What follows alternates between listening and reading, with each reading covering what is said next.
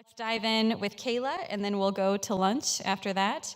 Cayla Weisberg is a partner at InvestHER Ventures, a Chicago-based VC fund that invests in female entrepreneurs with early-stage software companies. She came all the way from Chicago today to be with us.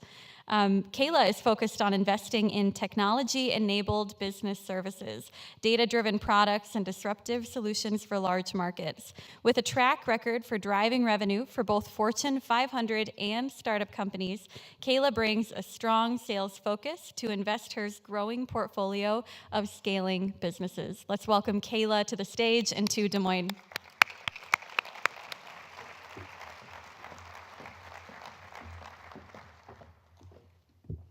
Thank you so much. Why is everyone leaving? Come back, come back. I'm kidding. My name is Cayla Weisberg. Thank you so much for that introduction. As mentioned, I am partner and co-founder of InvestHER Ventures. We are the first venture capital fund in the Midwest and the only in Chicago that invests solely in female-led technology companies across the U.S. I closed the fund last year with my outstanding business partner, and since last April, I've made 10 investments across coasts. I'd like to begin by extending my gratitude first to Mike Caldwell. Thank you so much for including me today, and to the Square One team, 1 Million Cups, and all of the sponsors and supporters for producing such an important event. It is so fantastic to be back in Des Moines, I have to say. I was here a few months ago. I'm a mentor for the Global Insurance Accelerator. I love the insurance tech space, and again, just so thrilled to be back. I have to say, thank you, each and every one of you, for coming today. It is so important to hold one another accountable in such a growing, vibrant innovation community. This city is outstanding, and all of you in this room are really leading the forces of innovation across industries. So whether you're from Chicago like me, whether you're born and raised in Iowa or a Des Moines transplant, everyone here is cut from the same cloth. We are the Midwest, and today I'm going to tell you what it is about us that proves we are such a force, and why I'm so bullish on investing in companies who share the Midwestern it factor. So let me begin by sharing an old riddle that some of you may have heard before. Are any of you in this room riddle people? No? What about Brian? I see you over there with the microphone. Are you a riddle person? Okay, then I'll call on you to try and figure this one out. Hope you don't mind me putting you on the spot. So listen closely. A father and a son are in a horrible car crash that kills the dad.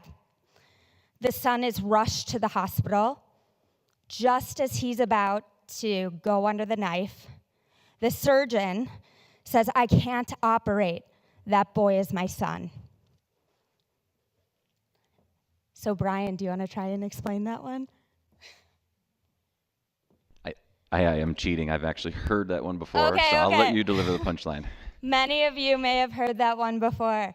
Anyone that hasn't heard it before, do we want to try and give it a shot? Any ideas come up? Thank you. I noticed that was a woman that said that. So you are part of the 15% that actually gets that the doctor's the woman.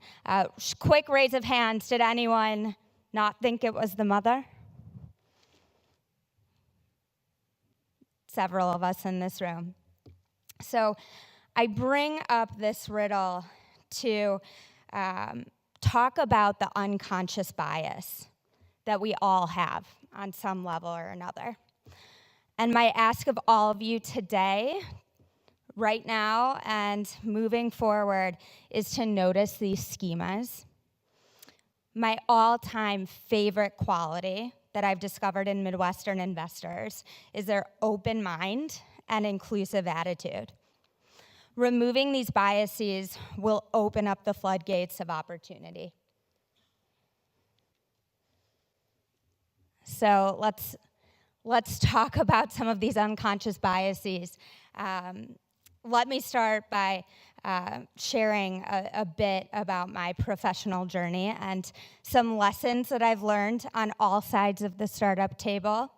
My road to venture capital is certainly unconventional, to say the least. I had some odds against me. First off, I'm not a man, so there's that. But more on the gender topic later. I didn't come from finance. I don't even have an MBA. But growing up, I was a people person. And at 15, I knew that I could sell. Working became my extracurricular activity, and I haven't stopped since. My first LLC I started when I was 16. My parents actually had to co-sign. I began by door knocking in my neighborhood, a suburb outside of Chicago, asking my neighbors if I could organize their closets and go shopping for them. I started a personal shopping concierge business. I ended up with 6 clients in the northern suburbs of Chicago. I wanted to expand my business, so took the train to the big city and was able to weasel my way to network myself among some high net worth individuals in the city at the time. One clients of the likes of the Dimon family. Jamie Dimon is the CEO of JP Morgan Chase. Ended up doing virtual wardrobe consulting for his 17 closets, moving him from the city of Chicago to New York without having gone to New York once. I was generating almost a million in revenue by the time I was 18 and decided to pivot because I noticed when I was shopping for my clients, I was buying them items at MSRP. And I thought, wow, since I'm upselling this and adding additional 20%, why not try and figure out a way to buy wholesale? So I ended up getting my tax ID number and completely pivoted into launching a wholesale business. By the time I was 19, I had a showroom at Chicago's Merchandise Mart, back when the Apparel Center existed. I repped 26 different lines that I personally curated all over the world. So artisans out of Israel, artisans out of Nepal, beautiful handbag and jewelry lines. Always thought that I was going to be in the fashion business. I had 6 employees. I was going to trade shows across coasts. I would go to New York, I would go to LA, Dallas. The market in Chicago was fabulous. I won business of national retail conglomerates. I don't know if any of you heard of Anthropologie, Von Maur, or Dillard's. So they carried some lines that I repped to them. But the ecosystem started changing, and I was going to school, getting my bachelor's degree. Nights and weekends would take classes and running my business during the day. And I remember significantly going to New York and a traditional 5 minutes at a New York trade show, I would write at least $30,000 of orders. And I remember one moment when there was an hour that went by and I didn't write one order. The recession hit. Not many buyers were going to trade shows, and e-commerce was just coming out of fruition. So no one was really rattled about this, but I had a feeling that this was going to be the wave of the future, and that buyers were no longer going to be going into these markets to place orders. So I actually sold my stake in the showroom, and it was perfect timing because I graduated from college that year. And then I went to work for a Fortune 500 company. At the time, it was on Forbes' top 100 companies to work for list. I was in a role where it was an enterprise sales role in a call center, and I started from the bottom. I made 100 calls a day. The expectation was to make 50 calls, but I remember being the first one in the office and the last one to leave. I would annoy everyone in the call center because I was the loudest on the phone, and I wouldn't let any prospect hang up. My colleagues called me the tell me more girl because anytime there was an awkward point during a conversation, I would ask the prospect, tell me more, tell me more. And my colleagues called me the clown blow-up doll. So do you know those blow-up clowns with a big smile on their face, like a punching bag? Well, they said that I reminded them of one of those. Every time I got kicked down, I would come back up smiling. 4 years later, at 24 years old, I was assistant director of sales at that company. I was managing the whole call center and took some of my innovative practices from my prior entrepreneurial endeavors and brought them to the table at this company. I asked my team to really think outside of the box, and they went through untraditional methods of trying to secure customers. I would have everyone recite daily affirmations every single day. And at the time, I was living with my sister in downtown Chicago. We shared a bathroom. And I would take lipstick every morning. And on my mirror, I would write two things. I had a quantitative goal, and I would have a qualitative goal.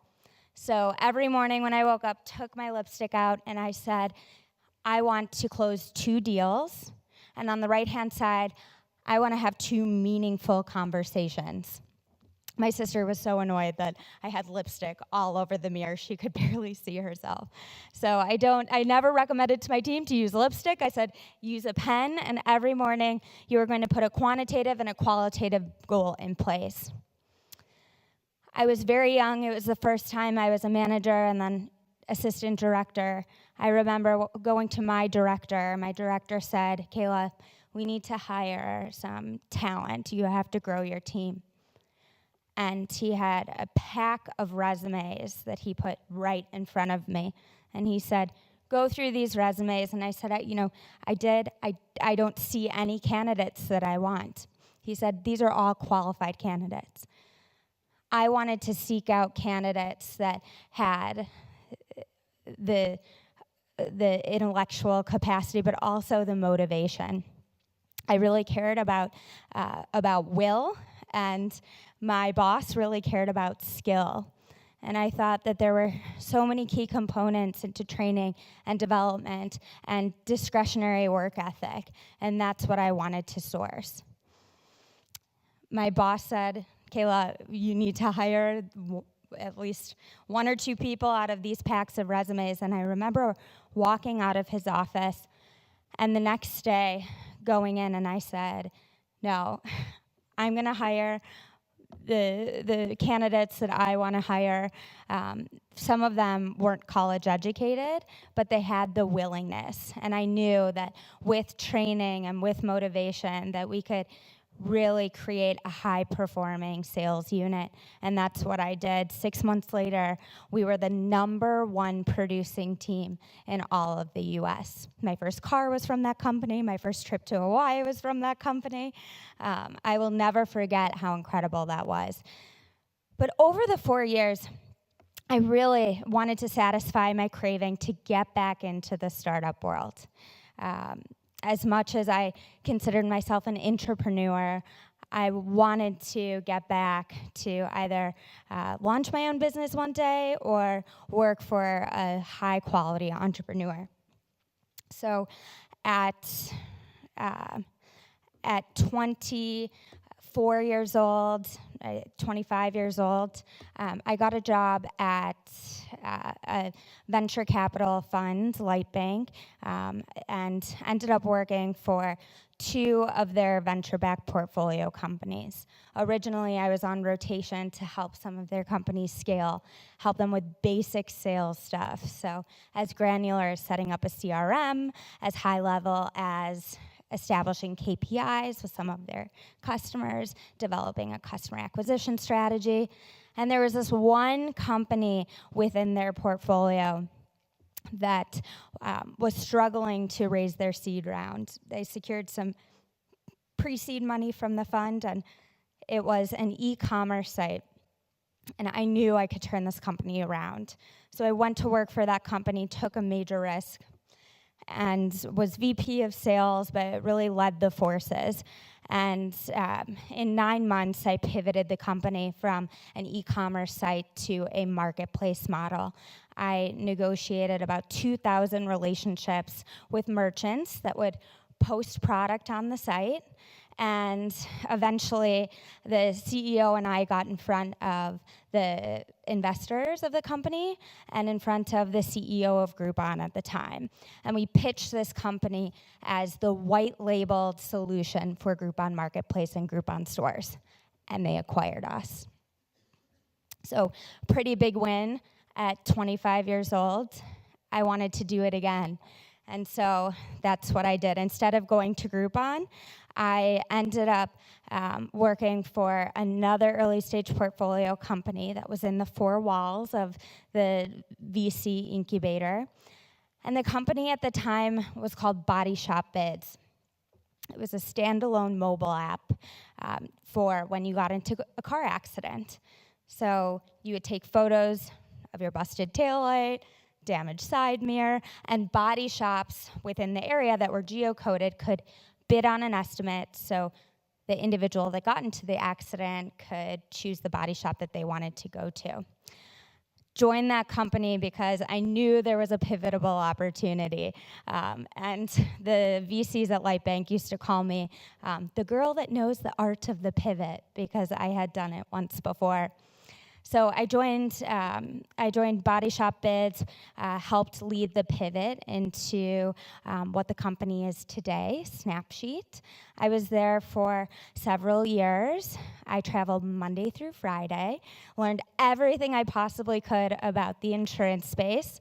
And believe it or not, if you want to know about undercarriage damage, deer collision season, I'm your girl. I actually became a licensed physical appraiser for vehicles shortly. Got my certifications of several insurance carriers and was able to help close 15 of the top insurance carriers in the U.S.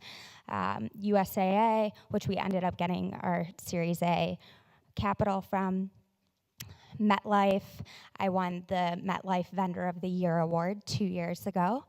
The Hartford Insurance, American Family Insurance, Country Financial, ended up winning Uber. So every Uber driver that gets into a car accident goes through the Snapsheet platform.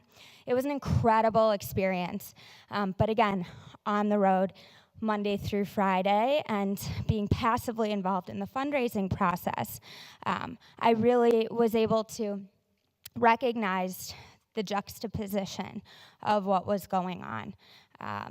Such an incredible founding team. The CEO and co-founder and president of Snapsheet really led the forces, and today they've raised over $60 million in venture capital for their company. And while I was there, I noticed a gender disparity. And out of all of the hundreds of funds that I had met with and been involved with throughout my experience working for these 2 venture-backed portfolio companies, never once met at that time a woman that was partner level at a venture fund. And did some digging and did some research on the innovation community in Chicago and noticed that 1 out of every 3 tech founders in Chicago is a woman. But how many of them in my network had the resources or the access to the capital that they needed to fuel the growth? And the numbers that I found were really frightening. So I decided to leave Snapsheet and really focus on that issue and really figure out what was needed to really solve the gender gap.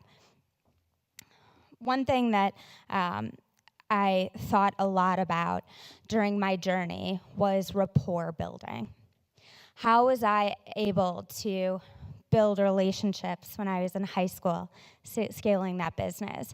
How was I able to acquire customers and pivot from a personal shopping concierge service to a B2B wholesale model? How was I able to pivot an e-commerce site into a marketplace model and then a standalone B2C mobile app into a B2B enterprise solution for national insurance carriers? So when I thought a lot about that, I thought about the first time I hired my first account manager at Snapsheet. And I took him on a trip with me, and we met with the VP of claims at a very large insurance carrier. I was observing this interaction. We walk into the office of the VP of claims, and my account manager said, "Scott, I see a tennis trophy on your wall. That's great. I play tennis too."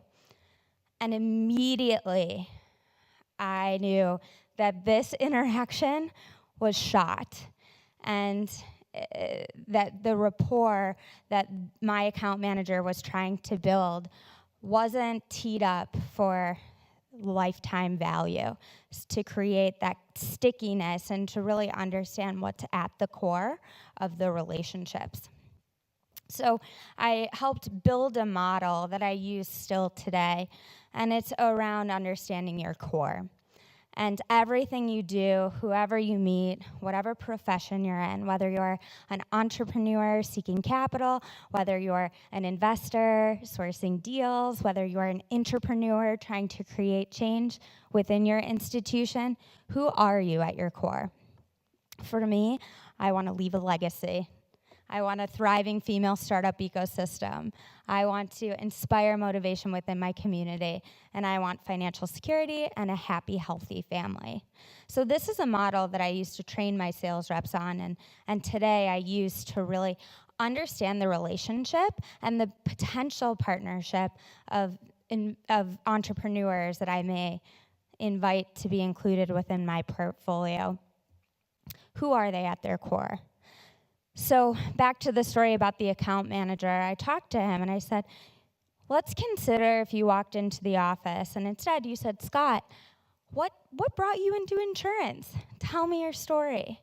That will always tie it back to why he's there, and building out the robust, deep purpose, vision, and values, not only of a potential vendor relationship, but hopefully for a lifetime business partnership. So with that, focusing on your core, what I discovered was 40% of new entrepreneurs in the United States are women. This is the highest percentage since 1996. When I left Snapsheet and was doing some research, what I discovered was that there are 1,200 privately held technology companies led by women that launch every single day in the US.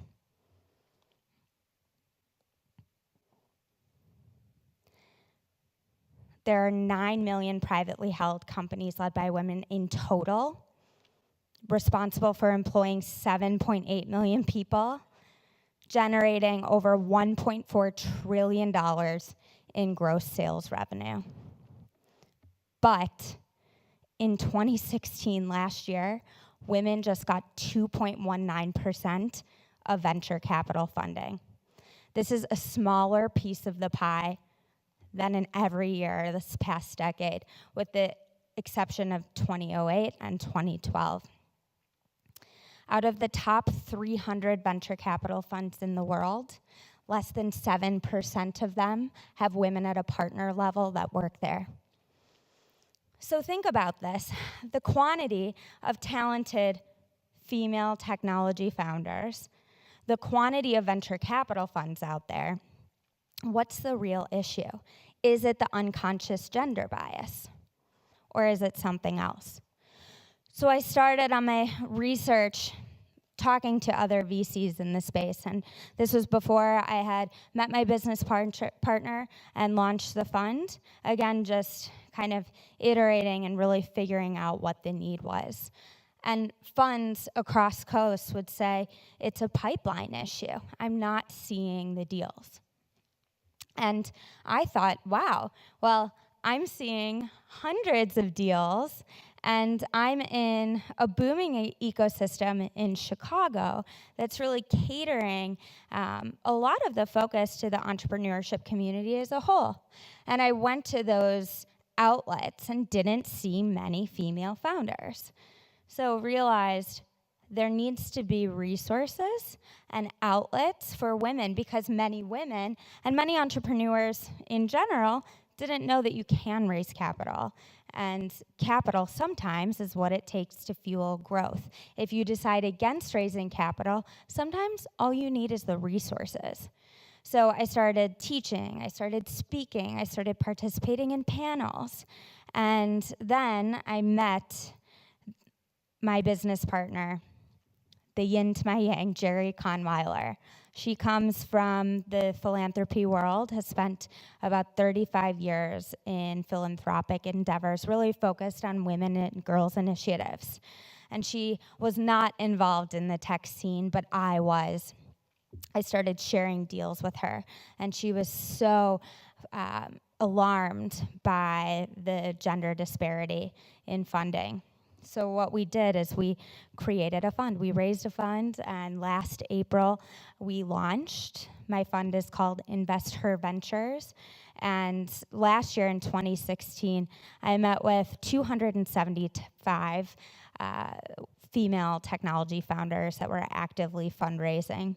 Incredible enterprise solutions for large markets, amazing disruptive technologies. I've seen BPO models, I've seen really great SaaS companies, a lot of strong consumer deals. And we wanted to really create a destination in the Midwest for women in tech.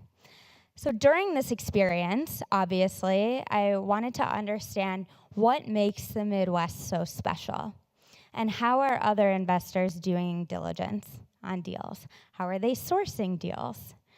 And every fund has a different approach, but what I have discovered that is so special about the Midwest and very unique to the Midwest is the focus on revenue generating activities, the focus on reoccurring revenue versus a sophisticated technology focus or a sophisticated product focus.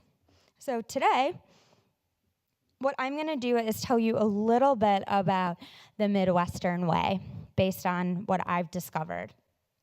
And just like I had encouraged all of you to remove some schemas and think about things with an open mind, that's truly what I've discovered in the Midwest, especially in the investor community.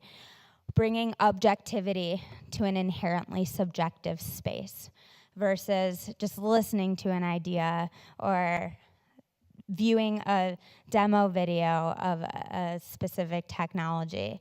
What is it that makes Midwestern investors excited? And what can we as entrepreneurs control to really get ahead of the game in the due diligence process? So first, I want to go back to this slide, the yin to my yang, my business partner. I want to talk about team dynamic. So my personal investment strategy above all, and what I've discovered across coasts that's so important, is the team. My investment decisions always start and end with people in mind. So what is the team? Is that just your co-founder? No. Your team includes your advisors. Your team includes your customers. Your team includes your employees. And your team includes your investors. So what do we want that team to look like? Well, just like Jerry and I come from two different worlds, I would like to consider everyone in this room, and again, whether you're an investor, an entrepreneur, or an intrapreneur, really championing change and innovation within your institution, I would encourage all of you to think about diversity. So I'm not talking about gender diversity anymore. I'm talking about diversity as a whole. Think about Thanksgiving dinner. Okay, do we love Thanksgiving? I love Thanksgiving. But think about what you bring to Thanksgiving dinner. Do you have a particular dish that you bring? Are you tasked with making the turkey?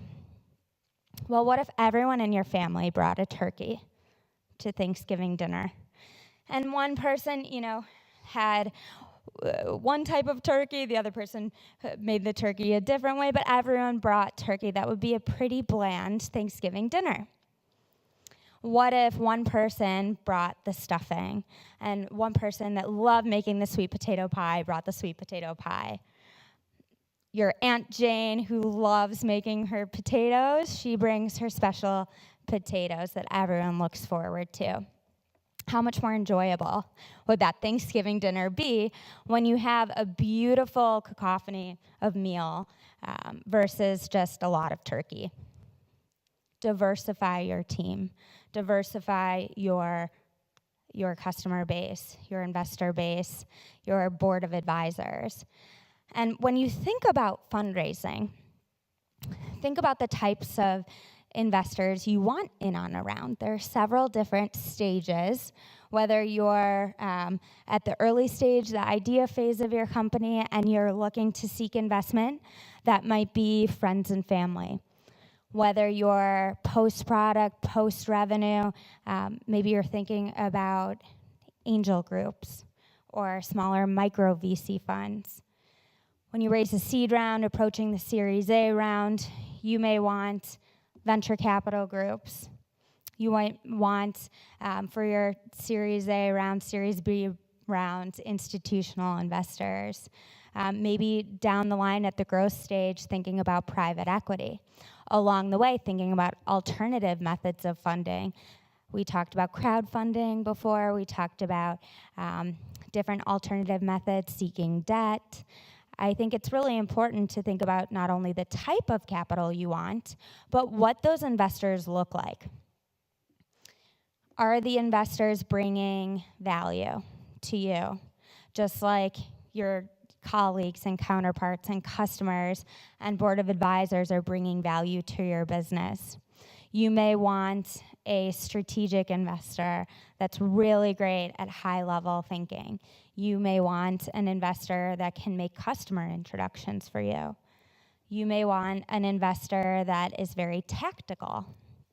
You may want another investor that has led and scaled and sold companies in the past and done it before. Having a wide range and a diverse investor base is crucial. And what's incredible about the Midwest is we have a nice mix. Geographically, if you think about obtaining capital from either of the coasts, maybe the West Coast, you have a really strong software expert. And let's say you have an insurance tech company. There are so many investors, especially in the Midwest, that can make those introductions and provide value at that level. One thing that we do is really make an effort to focus on the day-to-day sales tactics. And I'm going to talk about how I do diligence and tie that into how Midwesterners do diligence. But thinking about also what we bring to the table later stage. We take an active role later on with board dynamics. So not necessarily that either of us will take a board seat, but be proactive with making introductions to thought leaders in the particular industry to diversify the board dynamic down the line. So the Midwest. We have some theme within these speaking engagements today around revenue generation, around sales, and I truly could not agree more. There is something so special about the good old-fashioned Midwestern work ethic and tying that into what can be done on a day-to-day basis. So when you're an early stage company, it's so important to seek early adopters. With that work ethic, with that grind, traction will come. And I would never recommend, as a VC, I would never recommend raising capital at the early stage if you don't have to. I think it's so important to really seek the early adopters and create case studies so that you can showcase traction. Now, what I've noticed on the coast, traction might look like product traction or tech traction. It may look like monthly recurring revenue traction or annual recurring traction. In the Midwest, something really special that I've noticed is traction being looked at within the CAC to LTV ratio. So your customer acquisition cost and the lifetime value ratio is a really interesting way to evaluate what traction looks like for your business, as well as really on the granular level. What behaviors are you doing, especially at the early stage, to bring lifetime value, to make those customers for life? So what I encourage you to think about, especially when you're preparing for a raise, is inspecting what investors may expect. Okay, what does that mean? So this is a breakdown of how I evaluate deals. And one thing I love about the Midwest is I truly believe that Midwesterners look at deals in 4 quadrants. So the idea stage, the validation stage, to the acceleration stage, and then to the growth stage. So this is the breakdown of what I go through when I meet with a company. And this has been very valuable, especially when we were just launching our funds and when we wanted to build relationships with other venture capitalists. Not all VCs get as deep as we do on the business development key components. And we like to focus on what we're really good at doing and what our background is. And I'm really great with sales. I love biz dev operations, so I'm going to focus on that. And doing my due diligence in a way that dives into this 3-prong biz dev process has been something that we've discovered to be very appealing with lead investors that want to do deals with us. And I'm very transparent with providing my diligence pack to companies, regardless of our investment decision. Anything I discover, I'm going to collaborate with the entrepreneur and let them know every step of the way what I see and what's happening. And I find that very unique to the Midwest. Investors being very transparent on their due diligence process and what leads into their investment decision. So I have, as you had seen, the 3-prong approach. And my 3-prong approach is really inspecting your pre-sales operating infrastructure. So what you're doing to set yourself up for success before you acquire customers. And then when you are generating revenue, how are you validating the market and how are you accelerating growth? And then after you generate revenue, what are you doing to maintain the relationship with the customer so that they're a customer for life? So I start kind of with this checklist approach. And when you're pre-revenue, I want to know what you're doing to prepare your business for scalability.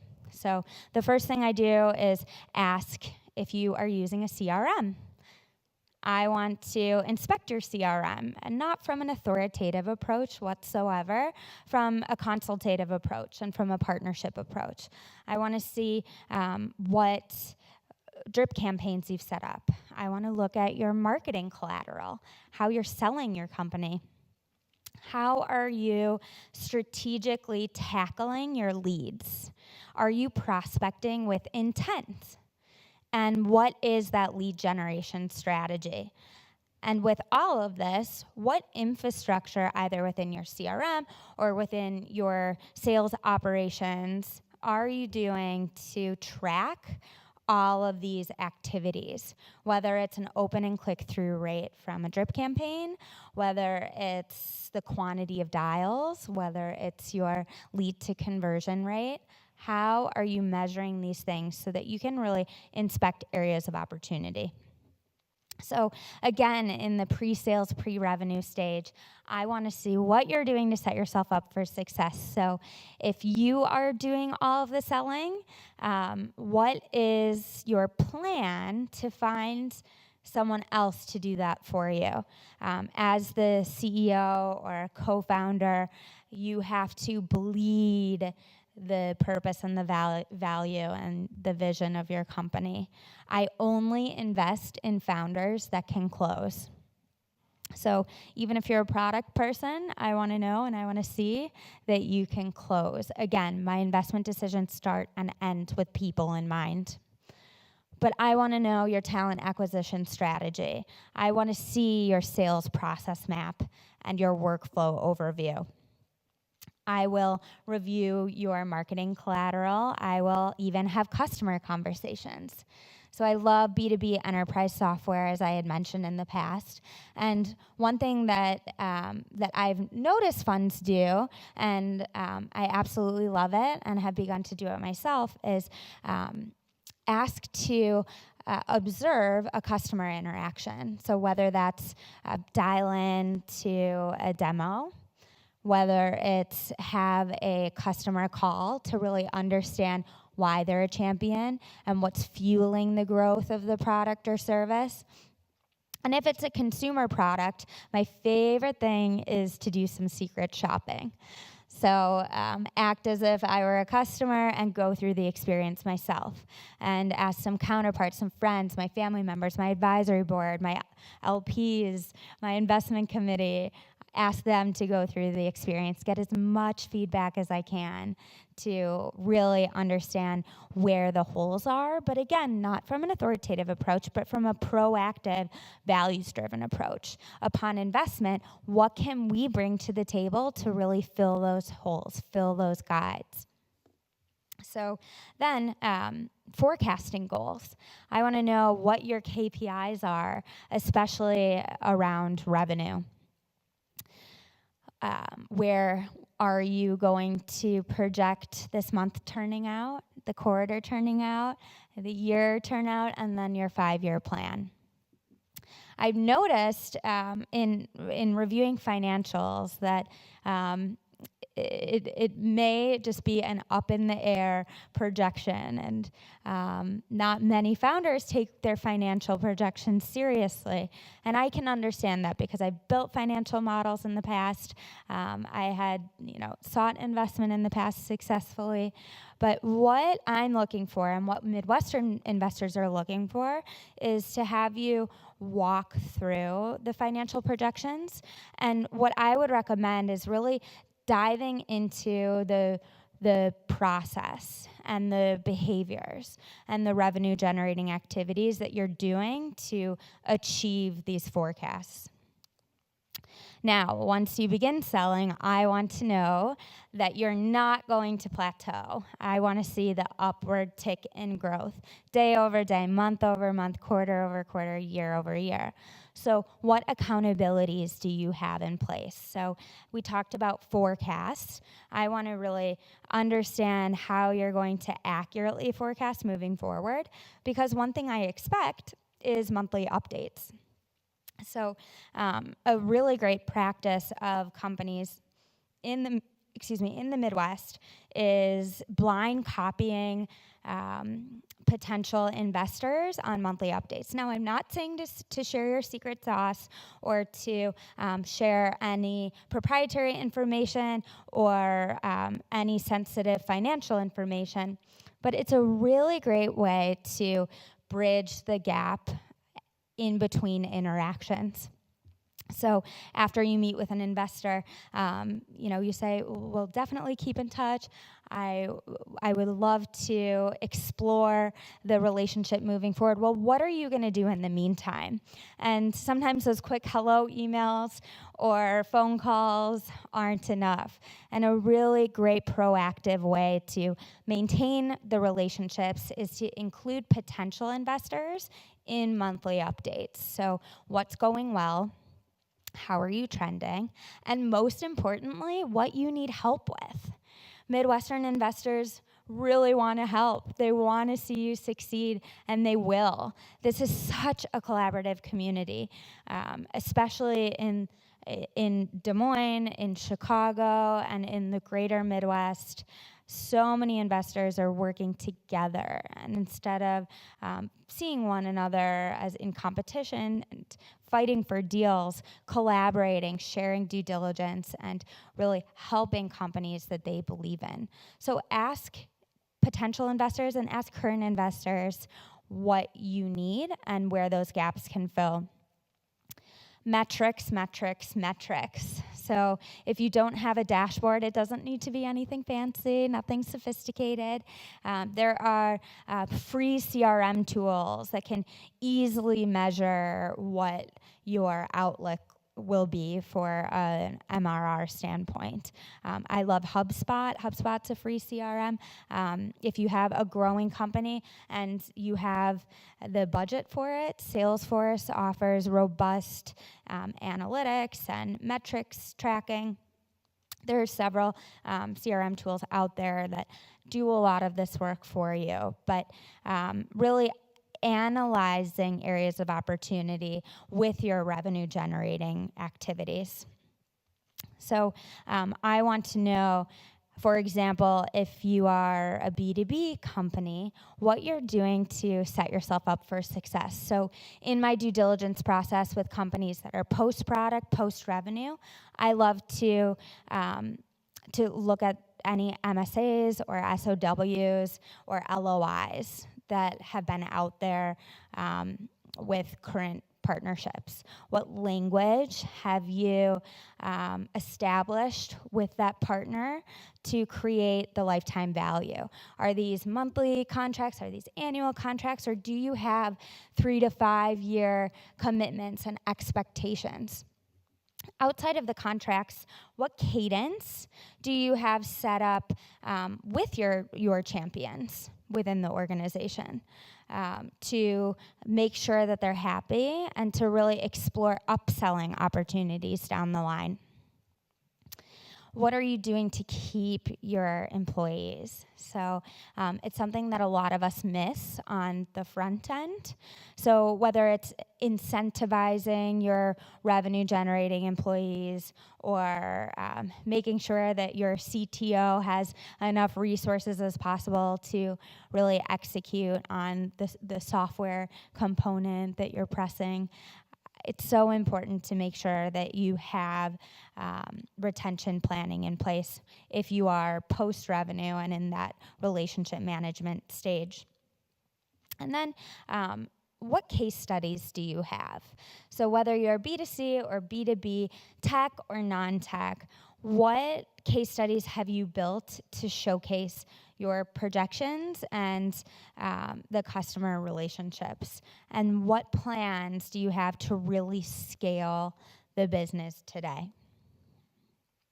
So let's get tactical. Seeking early adopters. So when you're pre-product, pre-revenue, but you're selling the dream and really trying to seek advocates early on. In my experience, the customer may not always be the C-level executive. In fact, with B2B enterprise stuff that I've gotten involved in, I found a lot of success, and investors in the Midwest are seeing a lot of success with potential portfolio companies and current portfolio companies that go the bottom-up approach. So I'll use Snapsheet as an example. The way for us to create lifetime value with insurance carriers was me literally learning how to become an appraiser, building relationships with call center managers that led auto adjusters answering claims calls, understanding what their standard operating procedures were, and what we could do to really align with them. And I had learned that really building champions across the organization was so crucial. There was this one insurance carrier, it was our very first customer, and my point of contact was the chief claims officer. We had a successful 6-month pilot with them, and he was really pushing utilization across the board with all of the auto adjusters. And I was so confident that this pilot would actually turn into a partnership. And this was actually, this account was responsible for 90% of our revenue at the time. One day I got a call actually from one of his subordinates who said, Scott just passed away today. He died on the golf course. And it was so sad. I was so upset. I had built such a great relationship with this man, had met his family. But also, I immediately thought, oh my gosh, he was the only person at this institution that was championing this, that was really pushing it. I hadn't included anyone else in the company within these onboarding calls. And my limited access to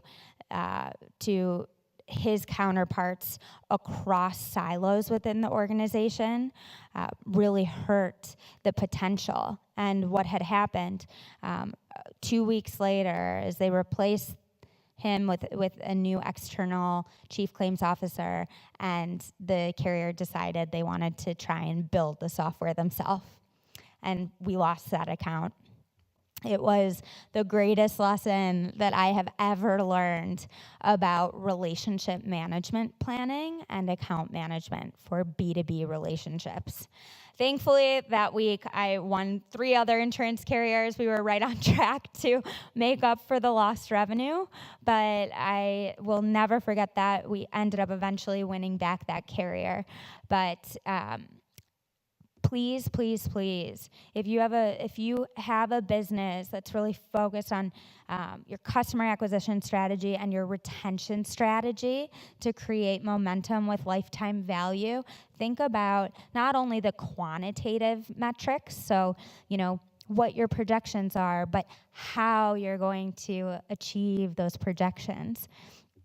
And a really strong thing that I discover and I look at and I ask questions about in my due diligence process is what you have done to set yourself up for success so that you can really scale and that customer is not a vendor. You are not a vendor for that customer. You are truly a partner. So there are different ways to due diligence with different types of business models, but I really love the BANT model. So it's a classic sales model that's proven across B2B and B2C businesses, but it's around budget, authority, need, and timeline. So I want to know, as far as your customer acquisition strategy goes, what you're doing to get the results. And if the results aren't there and the pipeline's not there, what I'm going to do as a potential investor is to inspect the activity outreach. I love having conversations with the sales teams. So if you're at the stage where you have a revenue generator, whether it's a VP of sales, a sales rep, customer success manager, account manager, the one element that you can control as the leader is outreach and what your people are doing to outreach. Micromanaging your day. I'm a queen of micromanaging my day, and it is so crucial. It's such a balancing act when you're an entrepreneur fundraising, or when if other investors are in the room, if you've gone through the process yourself of raising a fund, balancing the day-to-day with fundraising is really, really hard. And the competitive advantage and the fundamental unit of that are your habits. Scaling a business happens when you take the right actions over and over and over again. You have to be optimistic. The best founders are the optimistic founders. As an investor, now I take that optimism with a little bit of cynicism because of the nature of my business, but you have to change the goals as you sell, as you scale, and know where you're trending at any given moment. You have to ask quality, open-ended questions to potential investors to really understand what their thesis is, Do they focus on a particular industry? Are they focused on a particular product? Are they B2B focused, B2C focused? Do they have geographic limitations? And what stage and check size do they traditionally write? So asking those questions is huge. Remember your core. Remember what you want to do to leave that legacy with your company, with your vision, with your mission. You will attract the right people, the right partners that can be investors, the right partners that can be customers, the right partners that will become your co-founders, your champions, your advisors, and your mentors down the line. So bringing the objectivity into an inherently subjective space is so fundamental. Being strategic, knowing what fits you. Don't push fundraising if you don't have to. Focus on building the traction, building the day-to-day activities to set yourself up for success. Instead of just projections, having the plan in place to showcase. And being optimistic is so major. Don't let no get to you. What I've learned, when I hear no, it's a maybe or it's a not right now. I usually like to hear no 3 times before I make a decision on if it's really a no or not, and it always becomes a maybe or a not right now. And that means ask in a different way. Or you didn't do your own due diligence in building that relationship with the person to figure out what was really in that core of who they are, what they do, what their motives are. Thank you guys so much. I really, really appreciate this. I really appreciate the opportunity to be here. And thank all of you for listening to my story.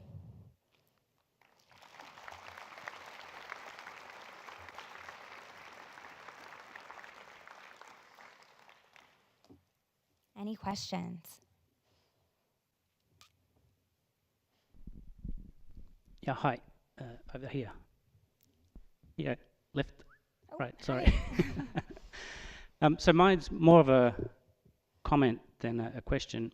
I was at a conference a couple of months ago in Amsterdam, and out of the 40 presenters, I realized that the minority were women. So I went and I had a look through the list, and it ended up being 92.5% male and 7.5% women. And I'm not saying that men necessarily are conscious about this this bias, but I've seen it in action. I wrote an article about that conference, and then I received abuse from other men because I brought this topic up. So I guess talking about this issue of a potential gender bias, even if it's a subconscious thing, I think can help to bring it into the conscious.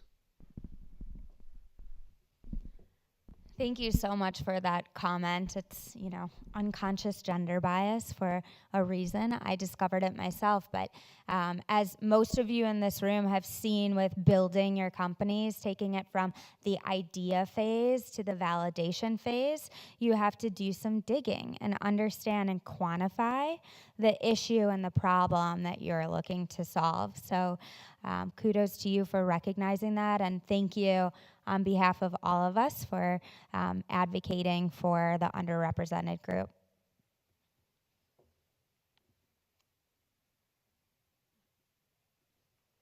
I have a question. Do you invest in female-only founded businesses, or do you also invest in female and male-founded businesses? Thank you for that question. So there needs to be at least one woman on the executive team.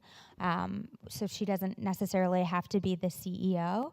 One woman on the executive team with at least 25% equity interest.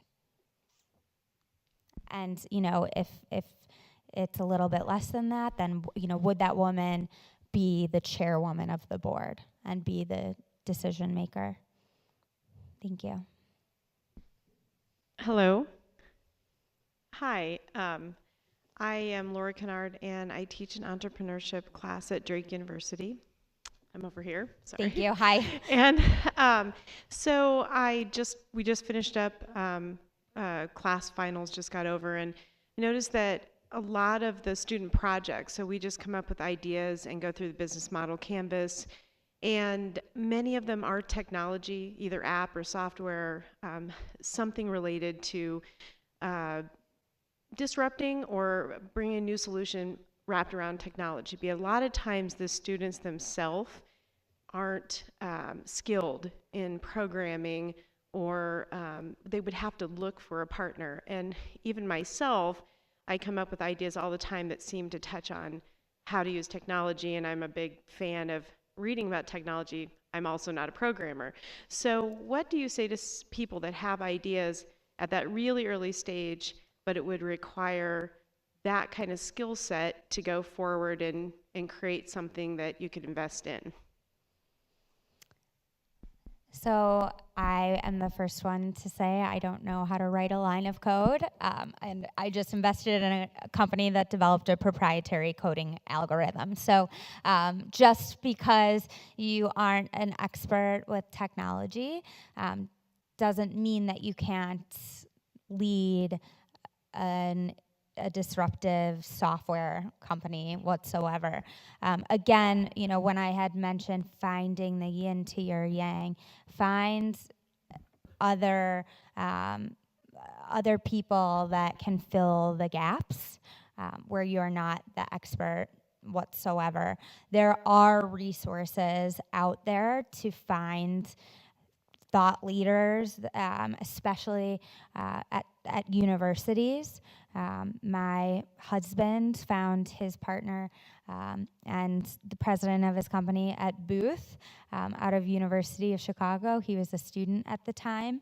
My husband's the visionary, and his co-founder has that product focus, which was lacking. So really, the table stakes, the tools, the acumen, the knowledge, they are there. There are resources there. So I would never discourage anyone from starting a company if they don't have an area of expertise. Fill that void by hiring them. And of course, at first, you may not have the capital to pay them. But you give them equity, or you work together for the outcome, and use leaders, educators, influencers, investors, advisors, accelerators, incubators to help set yourself up for that next level.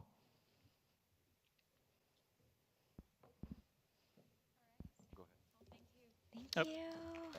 Thank you. Okay. Thank you so much, Cayla. That was incredible.